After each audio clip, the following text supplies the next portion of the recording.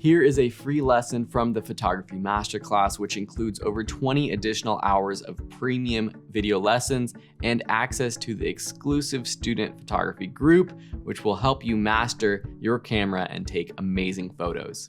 In this lesson, you'll learn what the rule of thirds is, why it is important, and why it's a rule that's meant to be broken.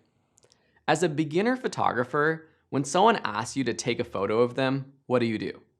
If you're like most beginner photographers, you'll set the subject in the middle of your frame and snap a photo.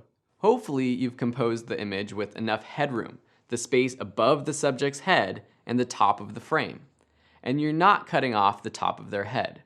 Also, hopefully you're not giving too much room above the head with your subject floating at the bottom of the frame. Centering your subject is the natural thing to do, but to create a more balanced photo that is more pleasing to the viewer's eye, following the rule of thirds can help. What this means is placing the subject of your photo to the left or right of the center of the frame.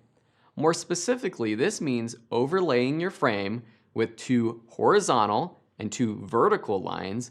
Placing your subject near the intersection of these lines is what we mean by the rule of thirds. Let's do a quick demo to see what this actually looks like. Here we are photographing Sam, and right now I have him centered in the frame. Right now I'm gonna take a quick pic. And this photo is all right. It's just centered. It's not really that interesting.